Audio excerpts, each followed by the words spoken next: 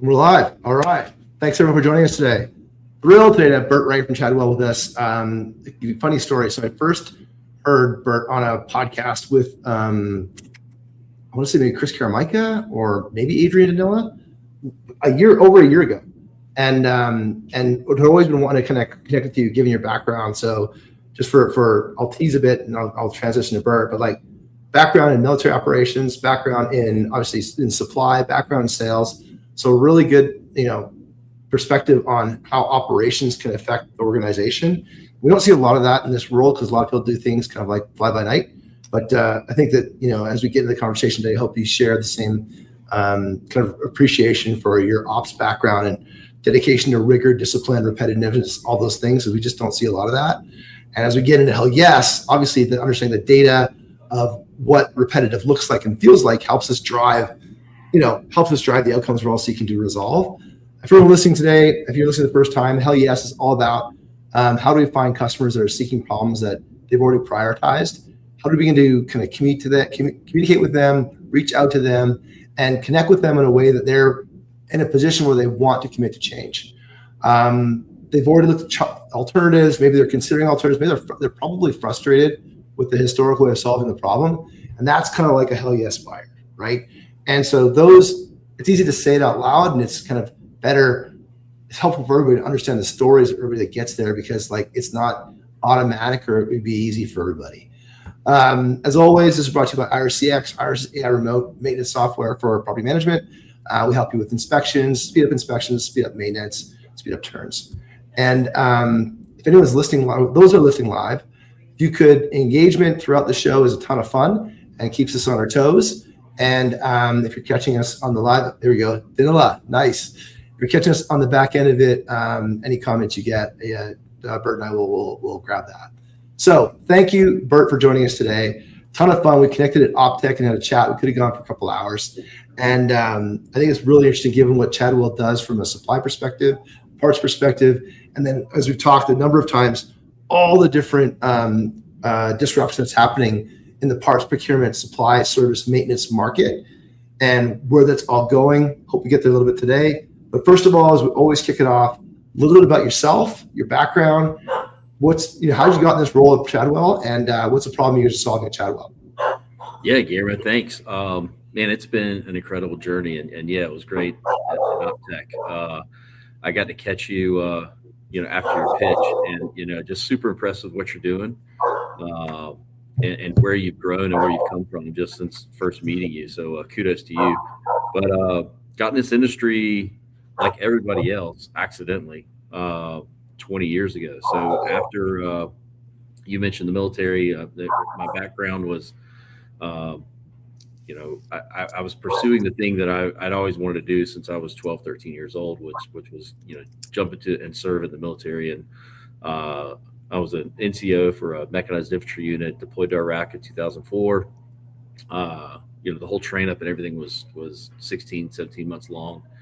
Got back in January of 2005 and looking for, there's a long story there, but like wanted to transition. I didn't see the career or the opportunity that I thought was going to be there in the military, and looking to change. And at the time, I'd started, years before, I deployed with the National Guard, North Carolina National Guard, and I was in the health club management and a trainer. That was my other passion. And a client of mine for 6 years brought me under her wing and into the industry. So started on the affordable housing side, grew that to managing an 11 property portfolio across 2 states. And like anything, I love learning. I love diving in, and just the opportunity to gain an expertise in something that's fundamentally like very unfamiliar. I'd leased an apartment for 1 semester in college. That was sort of my lens to the apartment world. I didn't even know the word multifamily was a word.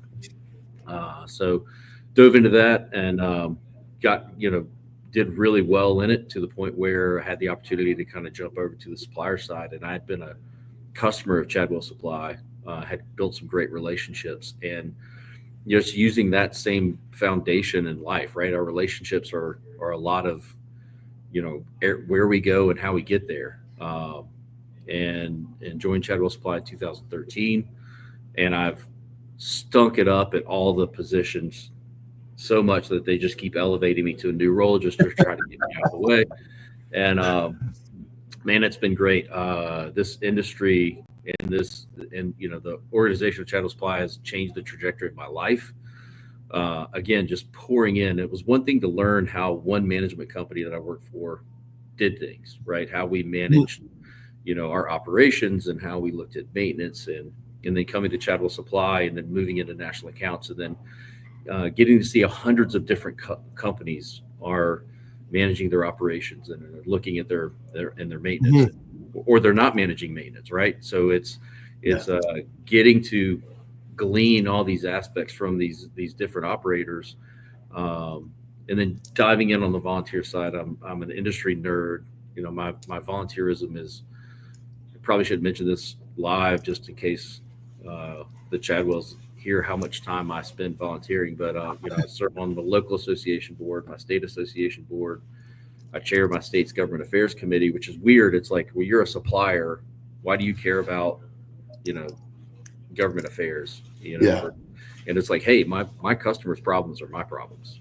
100%. But all that has given me a deeper lens into what are these big challenges. And what I do is a very simple thing as far as like what I deliver and get invoiced for is very basic. It's parts and supplies. I can teach your dog over there to sell MRO supplies, but I want to help my customers eat the elephant, right? So I've got simple solutions to sometimes complex problems, but it's deeper than that. So how can I help partner with your organization to, really tackle your big challenges and whittle those down to the simple things so that we can all find more success down the road.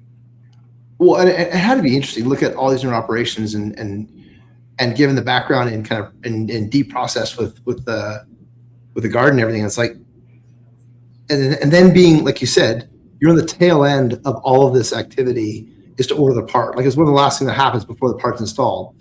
And if the part's late or it's whatever, then all of a sudden bad things happen. So how do you like reconcile your experience and discipline around the operations and then getting into seeing how things are run?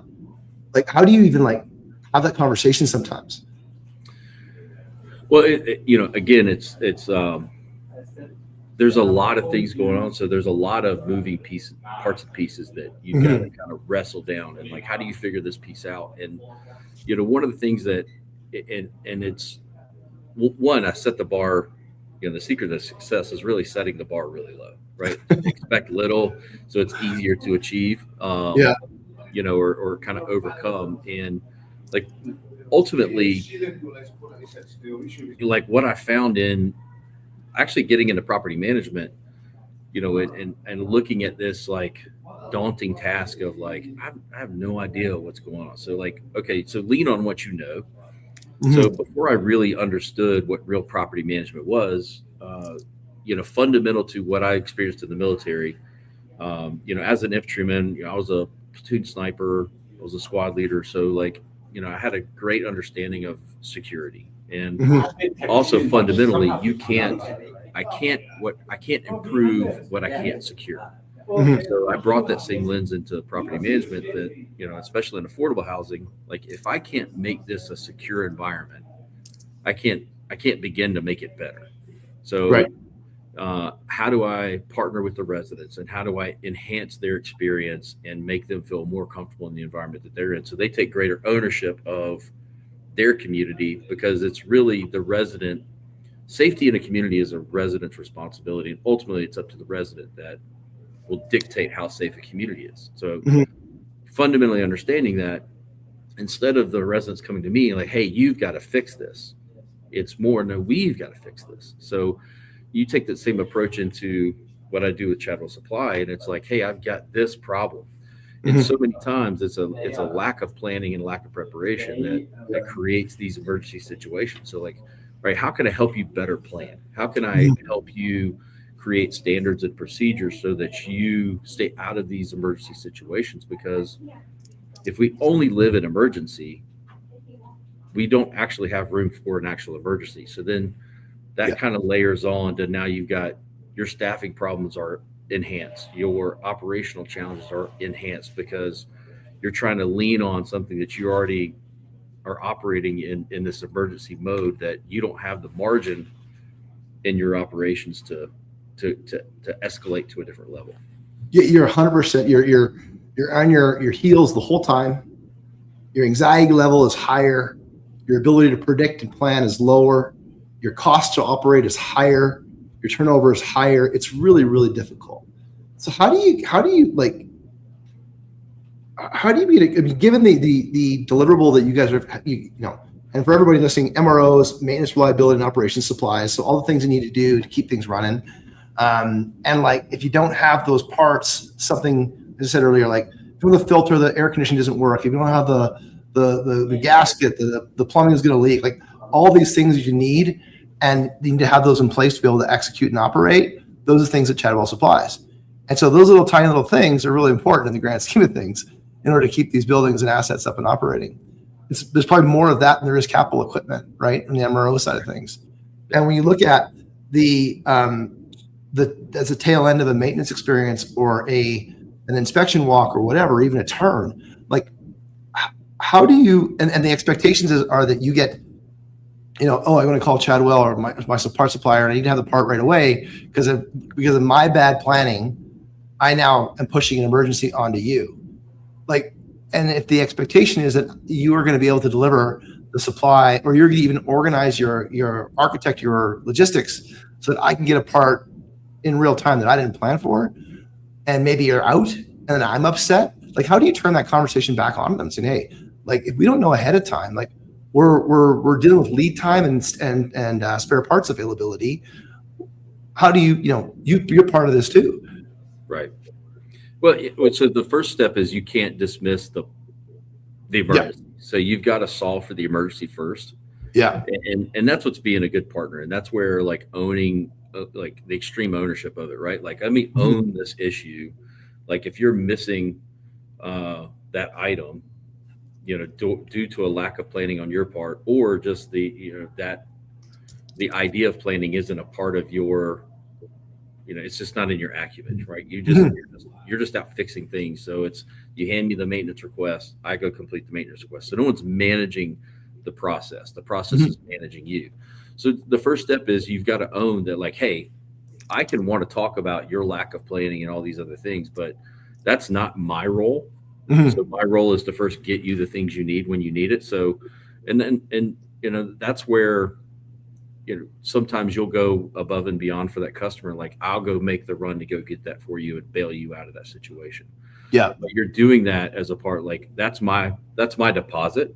So that's me building credit, right? So that I can cash that in to say, hey, remember I bailed you out of this. So now when you have a downtime, can we talk about prior planning?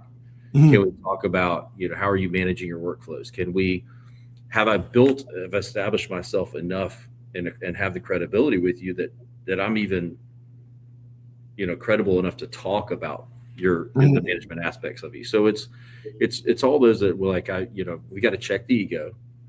Yeah. And, make sure that I've established myself in the relationship. Like I'm here to partner with you and be an extension of your operations and help you. And if you're open to it, like I can help, we can look at these things and I've had a lot of success and I've learned a lot along the way of, I've made a lot of mistakes of pushing that on customers that say, hey, don't you know I did this? And it's tough for that environment. Maintenance professionals are a very conservative group. And I mean by conservatives, they don't want to change. Right. They're change adverse. So, in it, you've got to like, hey, you mind if I show you an opportunity or, help you communicate with, a counterpart, another maintenance professional that's in your same area that seems to not have these same issues, and you guys share experiences and share knowledge. So that collaboration, instead of looking at each other as competition, is huge. And I've been super blessed with creating a lot of opportunities to have that kind of consultative, just just a leading role with our customer partners, and especially there was a huge shift in this industry, 2013, 2014 up until 2021, right? That this was sort of the golden egg, that if you could find the capital to invest in real estate, especially in apartment communities, it was almost a can't lose. You can write your ticket, 10, 15% rent increases year over year with minimal improvements or updates into the community. So there's a lot of people jumping into the space that didn't have that legacy knowledge of what you do with operational challenges. So, those folks that jumped in 2013, or even if you got in 2012, only until the last couple years, year and a half, have you really been faced with the challenge of, I can't just raise rents to overcome my problems. We have to actually manage this operationally. I've got to get into the middle of my, balance sheet and work in that middle instead of just piling revenue on top of things to overcome those problems. It's an interesting point you bring up, and I kind of think about conversations I had last 3-4 weeks. Like, I hadn't really thought about it this way before. This is why I want to kind of comment on it, is that, like, before, when things were rocking, everyone was kind of self-sustaining. The partner network, the supplier network had less of an impact on your outcome than now. But now it really is in this, we're all in this together kind of scenario. And partnering, understanding your partners and leveraging your partners is becoming more important than ever before, because doing it alone is kind of risky right now. Wouldn't you say? Do I got your back? Yeah, sorry. Like, doing it alone feels kind of risky right now versus like working with your suppliers and your partners, And so we're seeing, and you're seeing this even like, the stuff that Adrian's doing, bringing people together and having conversations about how to improve operations.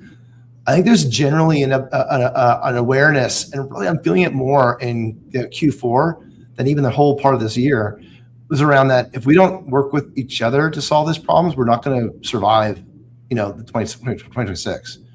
And so when you take a look at like MRO, I'm curious about this because like MRO supplies, and we've had this bit of this conversation in the past, it's like, these are commodity supplies. So how do you compete? Like, and I can think of other supplies in MRO space, but, how do you guys compete in terms of like making sure that you're able to deliver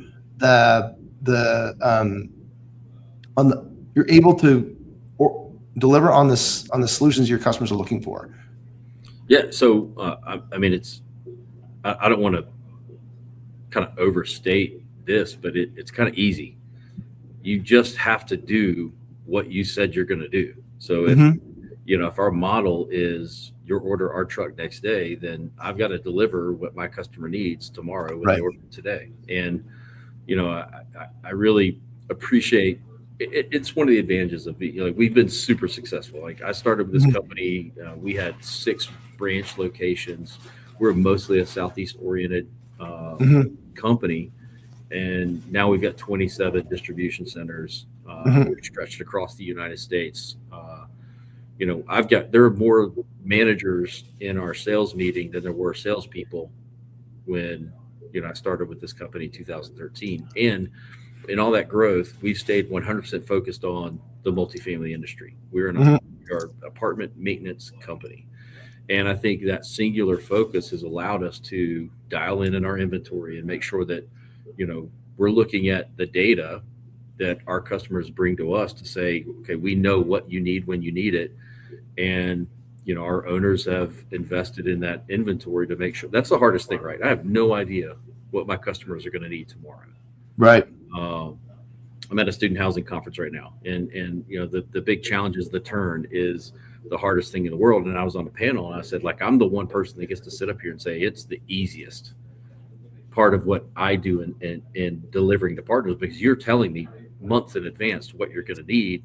Sure. You give me time to work through the supply chain and accumulate all the products that you're going to need so that I can deliver it, 100% on time.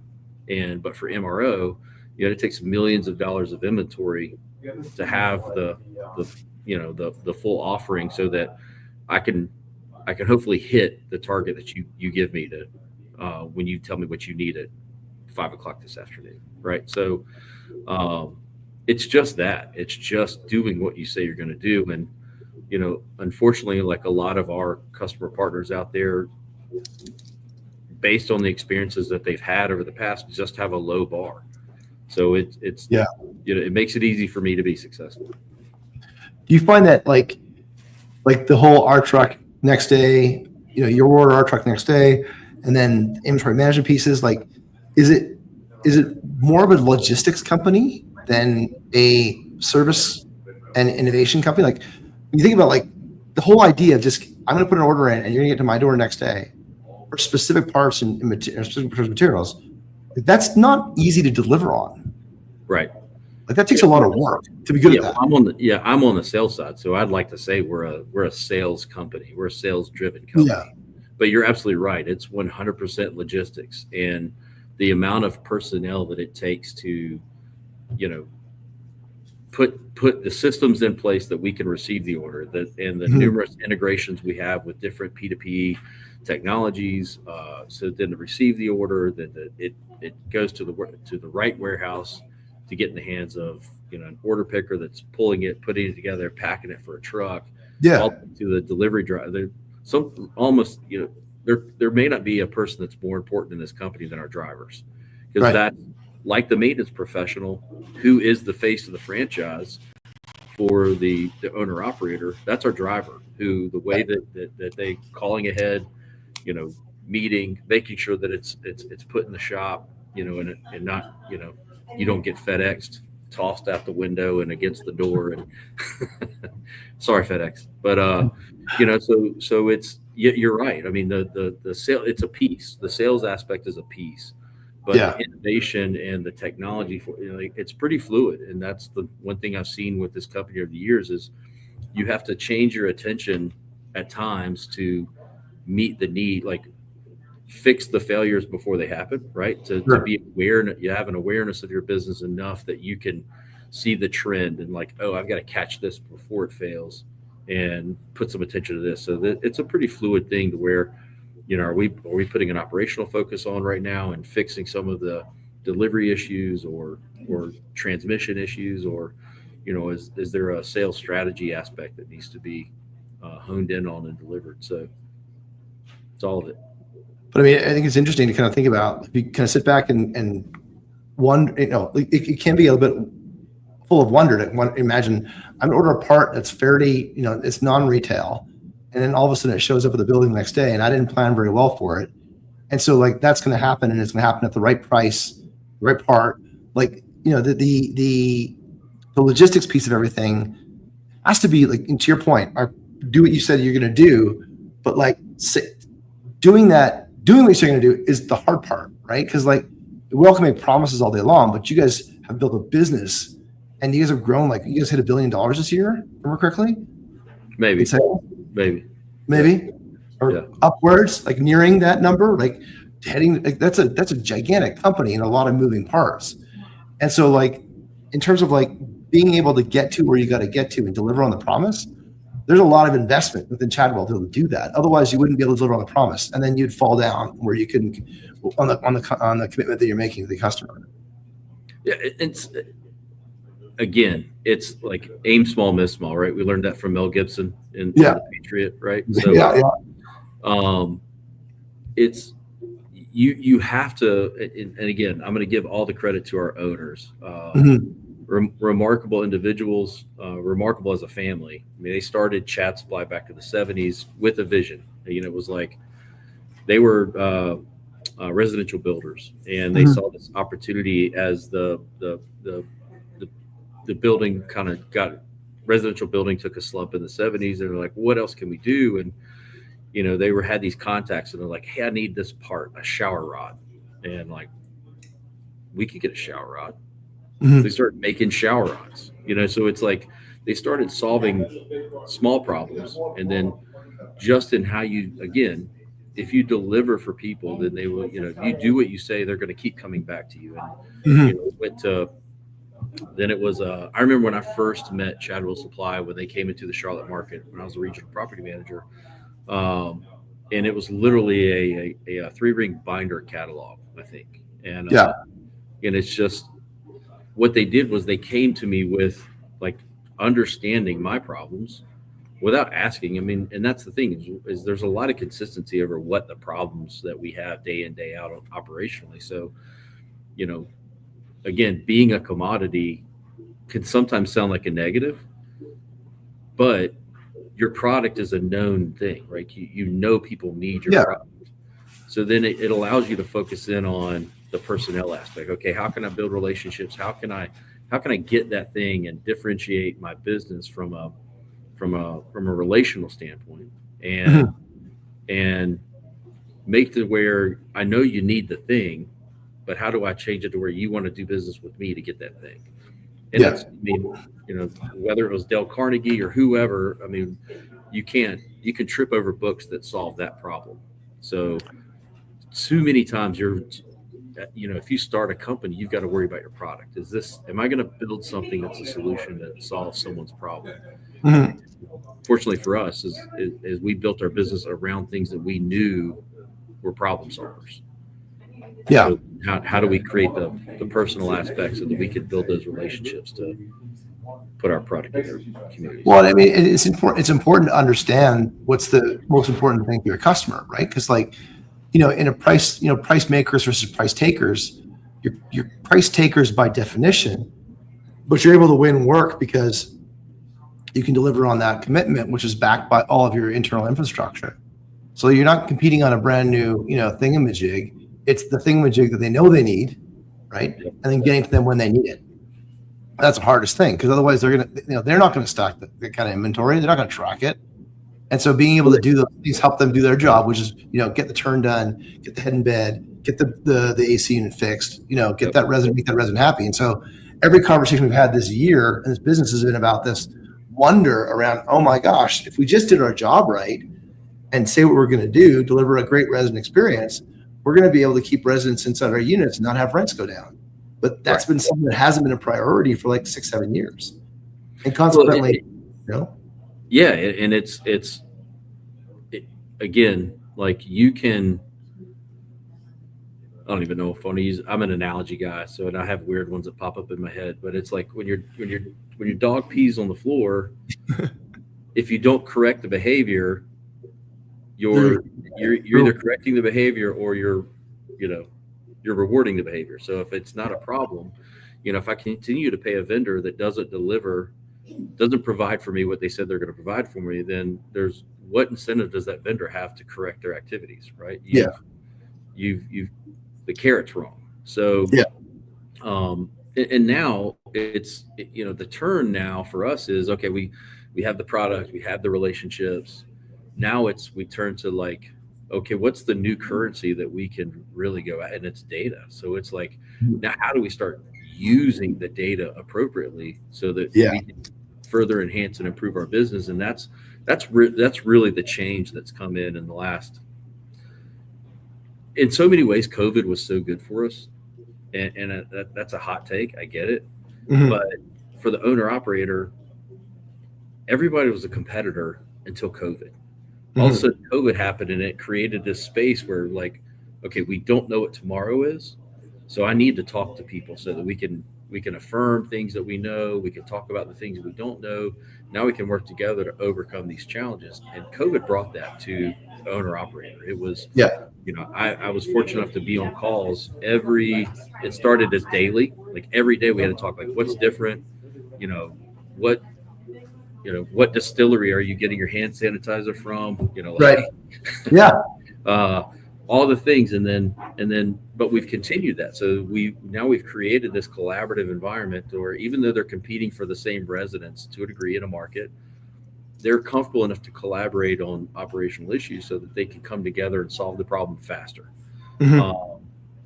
And for us as a supplier, it helped us prioritize aspects of our model to say, okay, this thing over here is kind of on autopilot, sort of take care of itself, but this one seems to be, there's some smoke coming out of the gears on this guy, so we need to Sure. put some attention on that. And that's where, like, getting into our data, the customer driven data that, like, it's like we have all of it, how do we get in and actually extract what we need and help it, solve sales issues, solve operational issues. So um, that's been the game changer for Chadwell Supply really since 2020, 2021 is we knew we couldn't just keep doing, like we can't just keep growing and expect it to just be better year over year. You've got to Mhm. dig in, and we've done a good job of that, and it's helped uncover opportunity and sort of look at the deal inside the deal sometimes of finding pockets of business that we didn't even realize were there.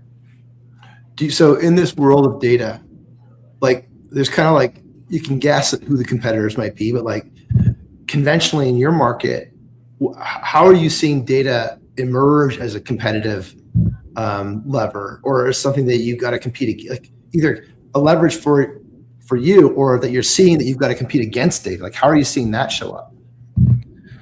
Um, well, for one, it's like especially as we grow, right? So the margin of opportunity is shrinking. Mhm. If you take a market like Atlanta that we've been in and we've grown tremendously to the point where we had to add a second warehouse to deliver to our customers Right. in the greater Atlanta market. And it's you take a new market where you can as we're gonna open up a new market in Denver in the next month or two. Well, the growth curve for that is pretty steep, right? You're grabbing new customers all the time, but in those mature markets, it's finding the category or it's creating the service opportunity. So like just recently we started adding more services because again with the partnership and with being that trusted advisor to our customer, and it's like, hey, I have this problem, I need you to fix it. Well, if I don't, I've got to understand the data behind it, understand the nuances of that business, so that it's sometimes no is the best answer that you can offer in Mhm. some instances because it takes you away from your core business. But if I can do it well enough and if I understand the problem well enough, why can't I add that to my offerings? So Yeah. that's the thing that we're seeing is like until I have the data around what the opportunity is. Old Chadwell Supply would have been just quick to say, we've got a sales rep that sold a freaking tractor to a customer, just because we could special order it and they didn't have access to a vendor. They didn't want to set up a new vendor. Yeah. So we bought the tractor and sold it to that customer. So it's, we had this habit of just whatever, if it can be manufactured, uh, or sourced, like we're gonna get it to you. And we've Yeah. gotten better about like understanding what our guardrails are. But if you're the customer and you bring some of that and we can get into the data together, understand like, okay, we think we can do this, and then we create the right runway for it so that we're not trying to take off, you know, before we're up to the right speed and you hit those fail points. Yeah. And again, that's what partnership brings you, right? Is that you build the credibility and you've made those deposits so we can fail in this and still be successful, right? The fail point doesn't end the relationship. It's just, okay, I got it. We can keep trying harder. Um, but if you, again, the data tells you where you are. Uh, Mhm. and from like a land navigation standpoint, like I can never figure out where, if I can't get to somewhere if I don't already know exactly where I am. And that's the Right. key part of data is it fundamentally tells you exactly where you are right now. It can't really tell you where you're going because things are going to change along the way. But if you don't if you don't in deep depth understand where you are, uh, you're hindering their opportunity for success down the road. Sure. Do you find that like on that data side of things, is it about like you talked about Denver? Like was that a data driven decision? Like we said, hey, we're seeing a lot of like Denver's growing really fast. There's a lot of they're in a mature state where they're not building up the first time. Now they're maintaining and operating these buildings. So now we're going to go there because that's where Chadwell's got to be good. And then and then the first step is to build a supplier network up so we can get the supplies, we can do what we do. And then is that kind of like how you guys think of the data side, or is Yeah, it like where's a yeah, product? some of it. There's already some built-in relationships, right? We have partners that they're headquartered outside of Denver, but they've bought into that market. I mean, actually, right now, if you look at some of the data on, I don't mean to down Denver for if any of the Denver folks are listening, but some of the data about Denver, would tell you that you don't want to go to Denver, right? You've got rent control. You've got a lot of regulatory and legislative headwinds that are impacting multifamily in that market that are restricting an owner's ability to make money, to improve cash flow, to pay for the repairs and improvements that their communities need. So, but for our model, it doesn't have to be one or the other. So yes, we're there for the renovations and the upgrades and the enhancements, but we're also there for the day to day, which from a regulatory standpoint, owners have legal obligation to make those changes and repairs to communities to keep them up and running and keep their units occupied. So it's such a big market. It just doesn't.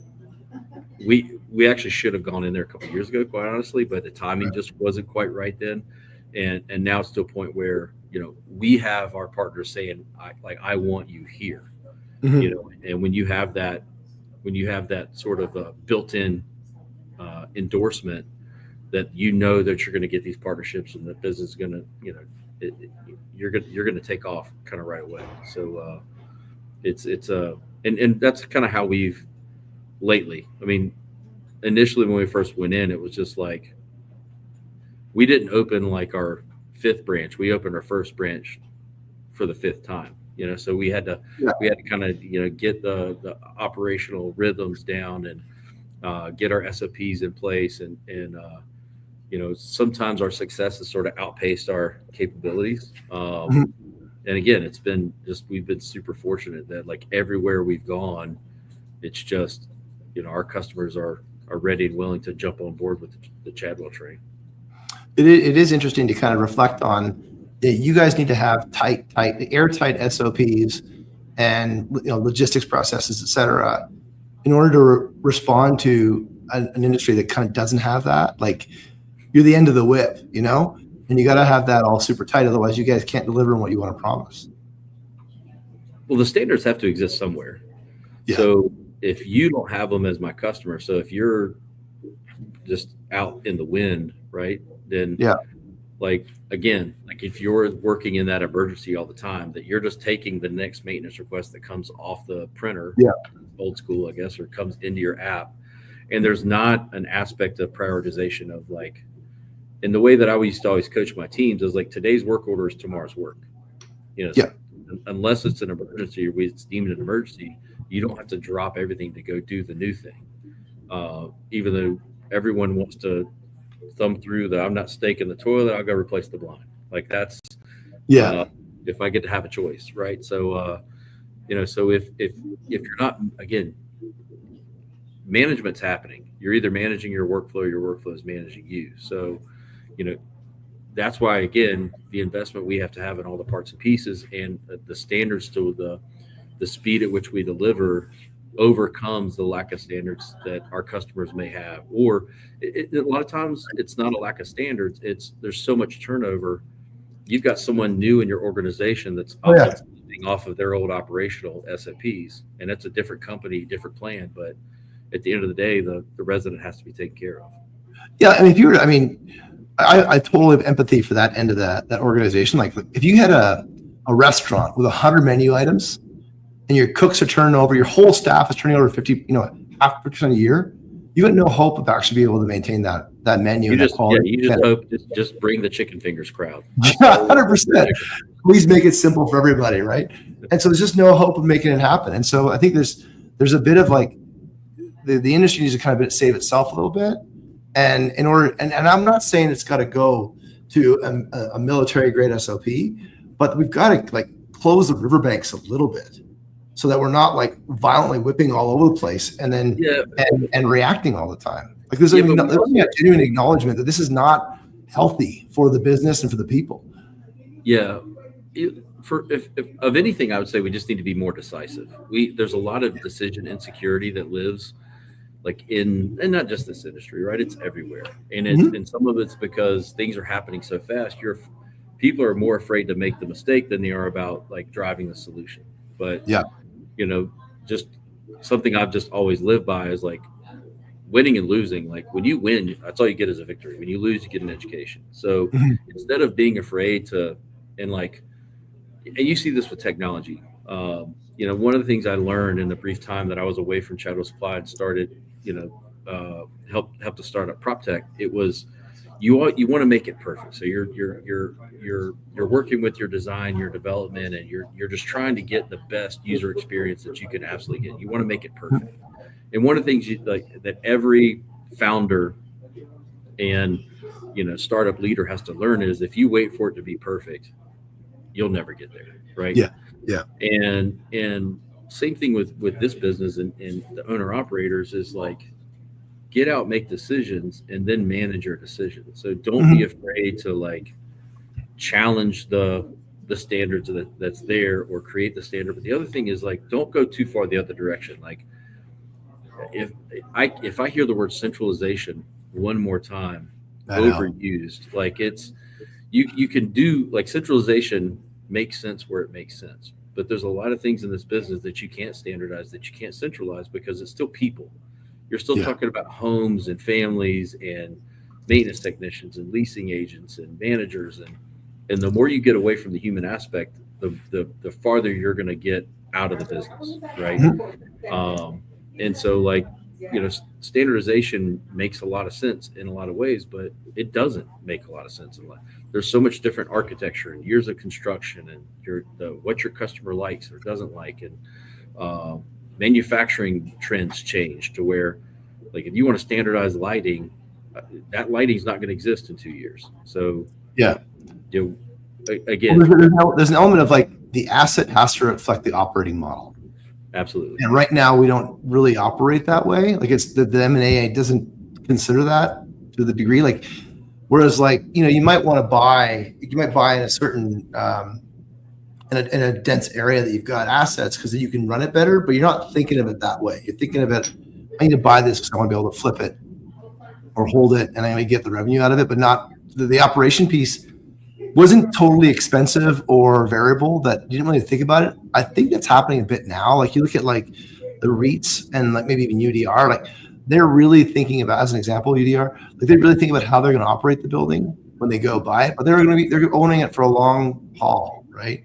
So it is interesting to think maybe the operating model is starting to affect the way we choose these assets and our partners and suppliers, because ultimately the vertical integration of it all, there's just less wiggle room now than there ever was before. And so you got to pay attention to all those moving parts. That's where you can pick up some points, Like if you're an excellent operator, you're gonna be able to pick up points that didn't already exist there. Well, like again, collaborate. Rare is it the developer, the developer manager, same company, but they don't communicate. So developers are building assets with things that the manager is coming in and changing in year one, taking over that the management of that asset. So why not build it with those components instead of having the management company incur the expense of change? And I understand both sides, but there's a lot of times that conversation is not being had that it should be. We should be having that conversation. Just no one's job or part of their job is more important than the other person's, right? So and that's one thing we've learned now, that like a maintenance technician is not a decision maker, but they have all the information, right? The decision maker lacks a lot of that information, yet they're the ones making the decision that's impacting that technician, and that's where that divide and you don't get the buy-in on some of the top level decisions that come down. Well, it's like your experience in infantry, right? Like you know what's going on the ground versus like what's happening inside the war room, and that can make a huge difference in terms of what needs to be done. And that's just not something that is, I don't know. I do think if the turnover rate was a little lower, it wouldn't be as the variability wouldn't be so violent. But I don't know how solvable that problem is. Like I know that Adrian's doing some stuff to solve that. Other folks are trying to work on that. But it's just like, it seems to be that there's a lot of competition for this talent. And it's a tough job.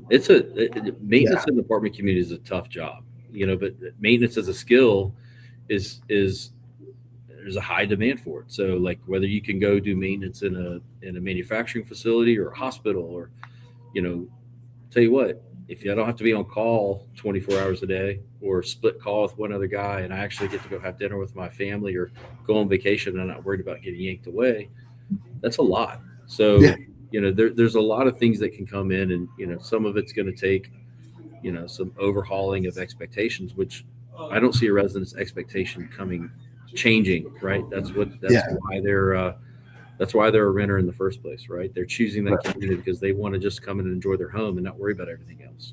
Right. So it's tough. It will be interesting. And I think that to bring it back to the data side of things, and competing, from an MRO supplier, your role is likely going to have a bit of a shift to it, right? If I think of I've got a bunch of buddies that own restaurants, right? And so there's big food distributors, like Gordon's or Cisco. There's Best Bridge Brand, right? And they put on courses on how to run your restaurant better, right? And I don't know if that's a path to the future where we're going to be or whatever, but they have direct relationships on how to run a better business with their food suppliers, because food supplier knows the longer you're in business, the longer you're going to buy food, and so they want to perpetuate that customer. And so that's a common thread, right? They're like me. I get to see how all these different customers are doing business, the good, the bad, the ugly, right? Yeah. So that food supplier's in the same boat. They get to experience who's doing it well, who's not doing it well. And and they feel a lot of the similar things that you would feel, right? There's fast orders, there's all that sort of stuff. They've got perishables on top of it, but it's just until you figure out you have a unique perspective as a distributor, where you have a view to all sorts of different kinds of businesses, and that maybe there is an opportunity to start kind of educating them, or at least bringing them along the journey of what's practical and possible. Because that's a part that I think that everyone's kind of frustrated with, is where does it start? Who decides that we need to stop the insanity and focus on and bring in even a small perspective on what a best practice might be for doing certain things, and it could be even one small thing, doing especially, and you typically do it where you have the most amount of benefit. Okay, so hey everybody, here's a great way to do your annual inspections, and we're going to show you how to do that, because that's going to spin off a whole bunch of work orders and part requirements, etc. And if everyone did preventative maintenance inspections on a semi-regular basis, that would smooth the demand curves for supplies, right? So you guys can have a better lead time on your inventory delivery, better inventory on your better promisability on your delivery schedules, because everything was just because you knew the demand level, far ahead of time, and with more regular reliability. That's our Chadwell University. Our training department has created more stickiness with our customers. They're coming to us for that specific training, that the product knowledge, the inspection protocols, all the things related to the maintenance, because as that knowledge goes out of the industry, we're kind of filling in the gaps. And we're fortunate. We've got great trainers that have tons of experience on the maintenance side, and great educators. And so as we enhance those offerings, again, that creates more value for us to the customer. But now it's not they're not coming to us just to get the maintenance and repair supplies. They're coming to us to get the training and how to use the products. So. And that's part of it, and what's interesting about that is that that's a differentiation from the Amazon alternative, right? I'll just use that as kind of an example. I mean, I don't know how much they're in the MRI business, but it seems like that'd be a great place for them to go. But they're not going to do an Amazon University on property management. They're not going to know. I think what's interesting about distributors. So previous to a couple of businesses ago, I had a product company. And we got into distribution. We had to get in through distribution channels to get into places, and understanding how they vet products, bringing into distribution, which then they would go to their customers, was really interesting, because it wasn't just a vetting of the product; it had to be innovative enough to displace their existing SKU channels. Because if it was going to bring in a new product, it better be better or worth selling more than the existing stuff that we've already got. And so what I found interesting is the distributors had to go out, and they have an obligation to go out and find new products. So there's a better, faster, cheaper filter I'm not going to go find it as an operator, but I do have kind of like an expectation that you go find it for me because Right. I want you to do that for me. That's part of the arrangement. I want you to show me how to run my business better because I'm going to order from you more often because of relationships. So like all those kind of things are things that you guys are doing that are emerging to create you different than the other alternatives that are out there. Because if we just compete on price, you're always dead. Yeah, it's a race to the bottom, right? Right. So, and it is tough because again, the customer at the end of the day, we just say it, right? Get it to me cheaper. I mean, everybody wants a deal. I mean, that's just kind of how we were bred. Is like, all right, and especially with commodities, right? So I've got 3 faucets. They're all the same Moen faucet. So, who can get me the faucet the cheapest? Yeah. And in a world that only takes that unilateral approach to value, right? That price is the only point of comparison. It is a race to the bottom. But if now I can apply, and this is where data comes in, right? So if I can apply, the timing of you getting that faucet, sure, makes a difference. So the disruption to the resident, the ability to rapidly solve that maintenance request, right? Turn it over. And so the resident in 24 hours goes from I don't have a faucet to now I have a faucet. Yeah. Like that's a big thing. So but until you provide that data set to the customer to show it's not just about price, then it is always going to be just about price. Yeah. Because you can't hope that they could live on the experience and understand the difference just based on their experience because you just met their expectation. Yeah. The other side of their expectation. I read a really good quote last night. Is like, I hope I get it right. Nobody wants to overpay. Sorry, it doesn't feel great to overpay, but it feels really bad to underpay. Because you pay for what you get. Yeah. And so when you choose to underpay, you often can end up in a much more expensive situation than when you pay the fair price. Right. And it's an interesting, in a world where you guys have so many different SKUs and there's probably rebate models and all that sort of stuff in place, but like pricing is something that is maybe not why they choose because all prices are effectively the same. When you consider the value and the stickiness of Chadwell University, which you guys deliver there, when you consider the ability to understand, some of the data, the speed to turn and how that relates to the business that we're in. And the fact is that when it doesn't have a part, somebody is feeling downtime and that downtime is expensive in all circumstances. And so like in those cases, if you can start teaching people to do stuff with less downtime, how to smooth all that out, you end up in all these interesting situations that are helpful for everybody. Yeah. And it's kind of like, go ahead. A prime example what you're talking about is there's probably no one category that makes more sense to standardize than plumbing fixtures.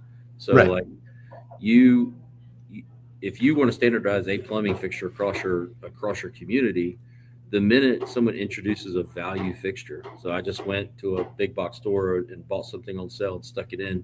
The minute there's another type of fixture in your community, unless you have some ridiculous asset tracking to know exactly which unit that faucet went into, you tripled the amount of time it takes to solve that repair because you have to go to the apartment community, right, look at the faucet, find out what the brand is, come back to the shop. Do I have that part? Yes or no? Order the part. Now I've got to get the part, then go back and fix the faucet. The standardization, and you have that one faucet that you're depending on, that's your trusted faucet. You just grab the part you need and go fix it one time, and it's a quick repair. So it's again, that's the cost of paying for the cheaper product because you want to get the deal. So it happens all the time. And I think that's part of it, the education that needs to, like, you can feel for the guys on the floor because it's like, hey, I need to get this maintenance request closed in 24 hours. I don't have the faucet. I'm just going to go do what's normal for me to do. And you might be a value buyer and you're just going to go to the store and pick it up. And you did all the right things, but they ended up with the not the optimal outcome. You also had the regional hammering on the head about budget, and that's what I've found, coming into this space, especially on the national account side, is that, hey, how do you manage maintenance? Well, the budget, I'm like, that's fiscal management. That's financial management. That's not maintenance management. No. So you've got all these leaders coming and hammering people on the head about budget. So you're just reinforcing go spend less money, which doesn't doesn't reinforce standards of repair, right? Yeah, and maintenance is a funny thing. Like, my first job was maintenance work forever, and like it was taught to me like kind of day one was that maintenance doesn't how does it financial outcomes as a result of a maintenance process, but you don't actually drive the financial result. Meaning that it's like the things that you do that result in a financial result, but you don't make those choices. And so what you choose and how you do it has a bigger impact on the financial outcome than the cheapest price for a faucet. Right. And that's kind of like the tough part to really absorb when you're looking at things, looking at invoices, because an invoice isn't actually where the expenses is coming from. It's coming from the unturned unit, the resin that turns out, the 3 times expense to go figure out what that part is, the trips that relate to solving a maintenance request, the trips or a unit that was scoped poorly on turns. Now you're back there 3-4 times. That's where the real expense is. And it's difficult to visualize that when you're looking at spreadsheets all day long. You got to kind of follow. If you go to site and follow people, you'll learn a lot in like one day. Just follow them and walk around and go, oh my, why are you back and forth like 9 times today? We've been back and forth, 3 hours today, back and forth. Why does that happen? I don't know. That's the way it happens. You kind of think about, oh, wow, if we move things around this way and there, we could save a lot of time and money. Well, okay, let's do that. And it's just like not, the most expensive part isn't the faucet. That's the it's the install, it's time, it's all that stuff. When you think about like the objections that you guys get in the market, and we'll kind of close this up real quick here for everybody. What kind of, given the offerings you guys have, you don't win every deal. What kind of objections do you get? It's almost always price. Like it's okay. And it's on a select, it's on a select offering. It's not even looking at the whole opportunity. Mm-hmm. Or it's a, we've got a lot of TSMs and the territory sales managers or local sales reps in the field, and they're actively selling to a customer. They've shown value at the property level. And then there's someone at a corporate level that says, that's not where we're supposed to be. That's not our relationship. So it's that relationship compliance piece, even though you've proven the value of your offering, right? You're delivering it better. You're getting it at a competitive price, but you're taking care of the problem. And so, that's the divide that happens a lot. And we're doing a much better job closing that gap as we get more involved in the national account side and sort of strategic accounts as we're getting in these conversations at the C-suite and ownership levels. But, before it's like those guys didn't want to talk repairs and maintenance. It's like I've got a guy for that. So, now that the problem is now we're managing the middle of the balance sheet. Those executives are having maintenance repairs conversations. So we're getting into the fold more, but it's typically price and more often than not, really our 2 biggest competitors are habit and convenience. It's like the cost of change is one that's less like, I don't know if I want to change right now. So it's, but the trajectory of our business proves that, we're having an immense amount of success showing that value to our partners out there in the marketplace. And then, as we continue to win business and open new markets, it just continues to prove out that at the end of the day, if you do what you say you're going to do, you're going to win business. Like we used to track a ton of stuff, like on the procurement side of things, like Maverick spend versus on PO spend. And I know we don't do POs in this business, but like on PO spend was a big number because that was reflective of pre-negotiated contracts and agreements and delivery and all that stuff. Safety, compliance. Like when you guys play back your value proposition with your customers, do you go to the extent of showing, okay, here's our on-type delivery rate, here's your people that went to Chadwell University, here's the full value delivered. This isn't just the parts that you ordered. Here's the full value delivered by having Chadwell as a partner. Yeah, absolutely. Fill rate is huge. We're knocking on 98% fill rates on a regular basis. Net promoter score, if you're familiar with that, it goes negative 100 to 100. And we just recently had ours reevaluated. It was a 79 net promoter score.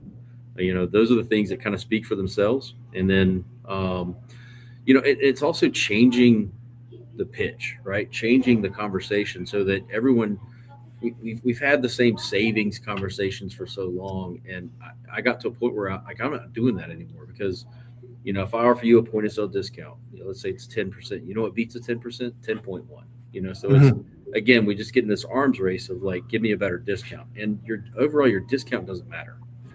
Yeah, not what they really want. It's Like it's a kind of like faucet. when your wife goes shopping and she says, "Go, you know how much money I saved you today?" Like, you were gone, Yeah, so pretty sure you didn't save me any money.